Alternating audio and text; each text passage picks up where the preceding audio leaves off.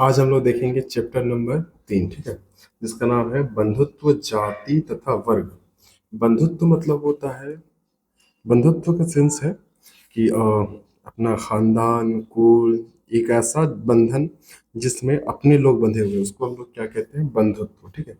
और जाति मतलब भी वही होता है, लगभग लगभग। जाति का मतलब होता है जो किसी एक कुल खानदान का हो, अलग अलग खानदान का जाति वाइज है वो, ठीक है। और वर्ग भी मतलब वही होता है जो किसी के कारण कैटेगराइज किया गया हो। जैसे आजकल हम लोग हैं एससी वर्ग, एसटी वर्ग, ओबीसी वर्ग, है ना, तरह तरह का जो वर्ग बांटा गया है वही है। तो आरंभिक समाज यानी कि शुरू शुरू समाज में 600 ईस्वी पूर्व से लेकर 600 ईस्वी तक में बंधुत्ववादी कैसा था, यानी भाईचारा कैसा था, जाति कैसा था, वर्ग कैसे थे, यानी बटे कैसे थे लोग, ठीक है। तुम लोग पहला क्वेश्चन देखेंगे ऑब्जेक्टिव टाइप में। कह रहा है यहाँ पे संस्कृत ग्रंथों में कुल शब्दों का प्रयोग किसके लिए किया गया है ना। संस्कृत ग्रंथों में कुल जो शब्द है ना, उसका प्रयोग किसके लिए किया गया था, तो उसका प्रयोग किया गया था परिवार के लिए, ठीक है। किस कुल से हो, किस खानदान से हो, लोग नहीं कहता है इसका कुल खानदान पता करो, ठीक है। तो वही है, परिवार के लिए प्रयोग किया जाता था। पहला ये है। दूसरा क्वेश्चन कह रहा है महाभारत की रचना किसने की। तो महाभारत की रचना किसने की है, तो महाभारत की रचना वेद व्यास ने की है, ठीक है। ऑप्शन नंबर बी हो जाएगा, option number B, Ved Vyas. Next question है महाभारत का युद्ध कुरुक्षेत्र में कितने दिनों तक चला था, है ना। तो कितने दिनों तक चला था महाभारत का जो युद्ध हुआ था ना, वो बहुत ही लंबा चला था। तो वो चला था सबसे लंबा, यहाँ तो 18 दिन ही है, तो ये 18 दिन तक चला था, ठीक है। नेक्स्ट क्वेश्चन है महाभारत कालीन समाज का स्वरूप कैसा था, ठीक है। महाभारत कालीन समाज का जो स्वरूप था वो किस तरह से था। तो महाभारत जो समाज था ना, वो पितृसत्तात्मक था। पितृसत्तात्मक कहने का मतलब इसमें पिता के अधिकारों का वर्चस्व ज्यादा था, ठीक है। नेक्स्ट है मनुस्मृति में कितने प्रकार के विवाह का उल्लेख मिलता है। जो मनुस्मृति किताब है ना, उसमें कितने प्रकार के विवाह का उल्लेख मिलता है, यानी कितना टाइप से विवाह होता था। तो वो 8 प्रकार के विवाह का उल्लेख उसमें पाया गया, ठीक है। आगे फिर बोला है दुर्योधन की माँ कौन थी, यानी दुर्योधन की जो माँ है वो कौन थी, है ना। तो वो थी कौन, गांधारी। क्या नाम है उसका, गांधारी। ऑप्शन नंबर ए सही हो जाएगा, ठीक है। नेक्स्ट क्वेश्चन कह रहा है मानव के संपूर्ण जीवन को कितने भागों में बांटा गया है। तो मानव के संपूर्ण जीवन को 4 भागों में बांटा गया, ठीक है। संपूर्ण जीवन को शुरू शैशवावस्था, फिर बाल्यावस्था, फिर युवावस्था, फिर प्रौढ़ावस्था आता है। तो इस तरह से 4 भागों में बांट दिया गया, ठीक है। नेक्स्ट क्वेश्चन है महाभारत की रचना किस भाषा में की गई है। तो महाभारत की जो रचना है ना, वो संस्कृत भाषा में की गई है ना। ऑप्शन नंबर ए सही हो जाएगा। नेक्स्ट बोला है पुराणों की संख्या कितनी है ना। पुराणों की संख्या कितनी है, ऑप्शन नंबर यहाँ बी सही हो जाएगा, 18 पुराण है, ठीक है। महाभारत का फारसी अनुवाद क्या कहलाता है ना।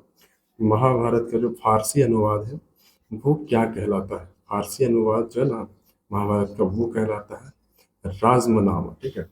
राजमनामा, ऑप्शन नंबर ए सही हो जाएगा, ठीक है। नेक्स्ट है मृच्छक टिकम। मृच्छक टिकम के लेखक का नाम लिखे। मृच्छक टिकम जो है ना, वो एक किताब पुस्तक का नाम है। तो वो किसके द्वारा लिखा गया था, वो पूछा है। वो लिखा गया था शूद्रक के द्वारा। ऑप्शन नंबर ए सही हो जाएगा, ठीक है। अब इसका हम लोग देखते हैं 1 लाइनियर क्वेश्चन और आंसर, ठीक है। यहाँ देखते हैं महाकाव्य से आप क्या समझते हैं, है ना। महाकाव्य, महा मतलब क्या होता है, बड़ा, है ना, ऊंचा, जो बहुत ज्यादा बड़ा हो, ये सब से आप क्या समझते हैं। तो काव्य मतलब तो कविता, जो कविताएं लंबी लंबी हो, से हम लोग क्या कहते हैं, महाकाव्य कहते हैं। तो महाकाव्य से आप क्या समझते हैं, एक लंबी कविता जिसमें जिसमें किसी नायक अथवा राष्ट्र के जीवन की उपलब्धियों का विशद वर्णन हो, जैसे महाभारत, ठीक है। तो ये क्या है, जो किसी उपलब्धि के बारे में व्याख्या करता हो, बहुत ही लॉन्ग टर्म में, उसी को हम लोग क्या कहते हैं, उसको हम महाकाव्य कहते हैं। एक महाकाव्य का उदाहरण यहाँ दिया गया जैसे महाभारत, ठीक है। नेक्स्ट है गोत्र को परिभाषित करें, है ना। गोत्र क्या होता है, गोत्र वही कुल खानदान से ही रिलेटेड है।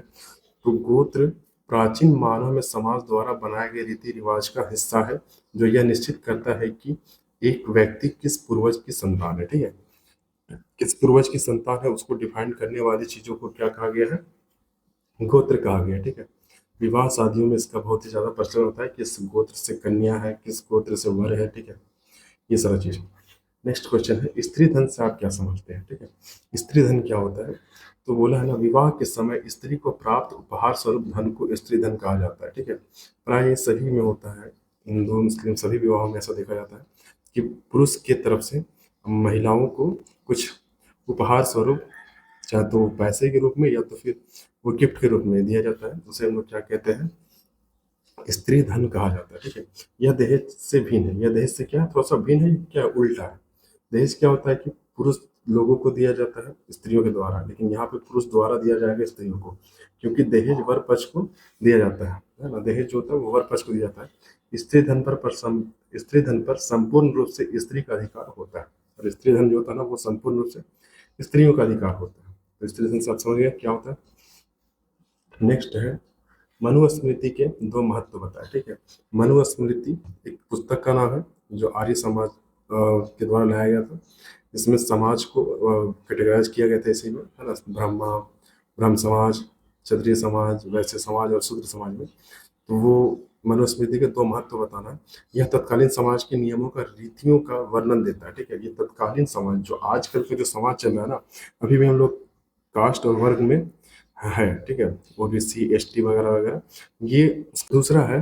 इसका प्रभाव आज भी समाज में दिखलाई देता है। ठीक है, इसका प्रभाव आज भी क्या है, समाज में दिखलाई देता है। समझ में आ रहा ना, मनुस्मृति का आज भी लोग कास्टिज्म सिस्टम से देखते हैं। ठीक है, कोई नीच जाति का है तो उसको लोग थोड़ा सा कम दर्जे से देखते हैं। ठीक है, कोई अपर कास्ट से है तो उसको थोड़ा सा अहमियत ज़्यादा मिलता है। ठीक है, बस यही बात है, मनुस्मृति किताब में कैटेगराइज बहुत ज़्यादा किया गया है। अब बोला है, कुल तथा जाति का अर्थ क्या है? कुल दैट खानदान, जाति दैट बांटा गया वर्ग, इससे क्या मतलब है? ठीक है, तो यहाँ पे कहा गया ना, संस्कृत ग्रंथों में कुल शब्द का प्रयोग परिवार के लिए और जाति शब्द का बांधवों के बड़े समूह के लिए होता है। ठीक है, यानी कि बांधवों के बड़े समूह के लिए, यानी समूह को कैटेगराइज करता है, मतलब समूह को बताता है कौन, जाति, है ना, किस जाति से हो या फिर किस कुल से हो। ठीक है, ये कुल छोटे अर्थों में है और जाति जो है थोड़ा सा उससे बड़ा है। ठीक है, ये बात है, तो कुल और जाति का यही अर्थ है। अब नेक्स्ट है, अंतर विवाह से क्या तात्पर्य है? ठीक है, अंतर विवाह क्या होता है? अंतर विवाह में वैवाहिक संबंध, अंतर विवाह में क्या होता है, वैवाहिक संबंध समूह के मध्य ही होते हैं। ठीक है, एक एक समूह के अंदर ही होते हैं। यह समूह गोत्र, कुल अथवा जाति या फिर एक ही स्थान पर बसने वाले लोगों में हो सकता है। एक कुल में हो, एक गोत्र में हो, या फिर एक समूह में हो, या फिर एक जाति में हो, या फिर एक स्थान में रहने वाले लोगों के मध्य हो। ठीक है, इसी को हम लोग क्या कहते हैं, अंतर विवाह, यानी कि उसी के अंदर विवाह होने वाला। अंतर मतलब क्या होता है, अंदर में विवाह मतलब विवाह, तो किसी एक खास पर्टिकुलर बाउंडेशन के अंदर होने वाले विवाह को हम लोग क्या कहते हैं, अंतर विवाह कहते हैं। ठीक है, नेक्स्ट क्वेश्चन है, नाट्य शास्त्र के लेखक का नाम लिखिए। नाट्य शास्त्र एक पुस्तक है जिसके लेखक कौन है, भरत मुनि। ठीक है, भरत मुनि है। नेक्स्ट क्वेश्चन है, महाभारत, हाँ, महाभारत के सबसे चुनौतीपूर्ण प्रसंगों में से एक का उल्लेख कर। ठीक है, महाभारत में सबसे चुनौतीपूर्ण प्रसंगों में, तो सबसे चुनौतीपूर्ण क्या रहा था? ठीक है, उसमें से किसी एक का जिक्र करना है यहाँ पे। तो इसका हो जाएगा, देखो, महाभारत सबसे चुनौतीपूर्ण प्रकरणों में से एक द्रौपदी का 5 पांडवों के साथ विवाह। ठीक है, ये एक बहुत ही चुनौतीपूर्ण चीज था, 5 पांडवों से एक स्त्री का विवाह जिसका नाम द्रौपदी है। यह बहुपति, कई पत्नियों वाली एक महिला की प्रथा है का एक उदाहरण है, जो महाकाव्य का एक केंद्रीय विषय है। ठीक है, ये एक केंद्रीय विषय है, इस पे पूरा टिका हुआ है महाभारत। ठीक है, जिसमें 5 पांडव एक ही पांचों की एक ही पत्नी थी जिसका नाम द्रौपदी है। ठीक है, नेक्स्ट क्वेश्चन है, हाँ, धर्म शास्त्रों के अनुसार ब्राह्मणों के 2 आदर्श व्यवसायों का उल्लेख करें। ठीक है, व्यवसाय दैट मीन्स क्या होता है, व्यापार। ठीक है, धर्म शास्त्रों के अनुसार ब्राह्मणों के 2 आदर्श व्यापार इस प्रकार है। पहला क्या है, वेद पढ़ना और पढ़ाना। ठीक है, पढ़ना और पढ़ाना भी क्या है, आजकल तो ज्यादा वो आर्थिक का काम कर रहा है। ठीक है, पैसे के लेन देन के हिसाब से। यज्ञ कराना और उपहार प्राप्त करना, और यज्ञ करा के क्या करते थे वो लोग, उपहार प्राप्त करते थे ब्राह्मण लोग। ठीक है, नेक्स्ट क्वेश्चन है, पंचम वेद की संज्ञा किसे दी गई है? जो पंचम वेद है ना, वो किसे कहा गया है, वो महाभारत को कहा गया है। ठीक है, महाभारत को क्या कहा गया है, पंचम वेद की संज्ञा दी गई है। ठीक है, तो 1 लाइनियर क्वेश्चन खत्म होता है। अब हम लोग ये क्या बोलते हैं, लघु उत्तरीय यानी कि दीर्घ, लघु और दीर्घ, नेक्स्ट क्लास में। ठीक है। तब तक के लिए बाय बाय।